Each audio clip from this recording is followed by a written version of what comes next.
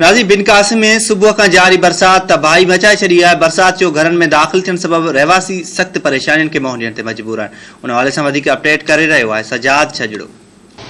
जी तव्हांखे ॿुधायो त बिन कासिम जी सूरत हाल। बिन कासिम में बरसात जेका सुबुह खां जारी आहे उहा हिन महिल ताईं वक़फ़े सां केॾीमहिल हल्की त केॾीमहिल तेज़ बरसात उहा जारी आहे।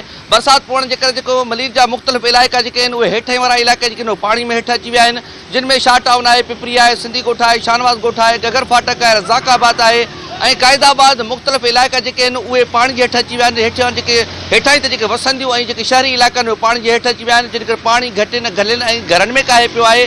इंतिज़ामिया जेको आहे उहा सुबुह खां वठी हिन महिल ताईं नज़र न पई अचे, जंहिंजे करे जेको आहे सो आवाम पंहिंजी मुश्किलातुनि खे पंहिंजो पाण मुंहुं ॾेई रहियो आहे, पंहिंजी मदद पाण तक पाणी निकाल करण जी कोशिशि करे रहियो आहे।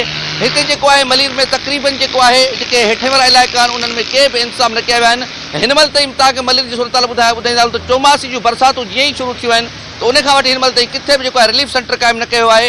जॾहिं त जेको एमरजेंसी सेंटर जेको आहे उहो एयरपोर्ट वटि क़ाइमु कयो पियो आहे पर उन में बि जेको आहे हिन महिल ताईं जेको आहे के बि सहूलियतूं न ॾेई सघियो आहे आवाम खे ऐं फ़ाइदो न मिली सघियो आहे। सूरत हाल खां आगाह कंदा तव्हांखे त हिन महिल ताईं जेके मलीर जा मुख़्तलिफ़ इलाइक़ा आहिनि उन में तेज़ तरीन बरसात 36 मिलीलीटर जेका आहे उहा जेको आहे सो बरसात रिकॉर्ड करे वई आहे। जॾहिं त आवाम जो चवणु आहे त असांखे फौरी जेके इलाइक़ा आहिनि जिन में पाणी बीठल आहे, घरनि में गलियुनि ऐं रस्तनि में पाणी बीठल आहे, उन्हनि मां फौरी तौर ते पाणी निकाल कयो वञे त जीअं इलाइक़े वासी जेके ॾुखियायूं आहिनि उन्हनि जूं घटि सघनि ऐं बहितरी खे मुंहुं ॾेई सघनि।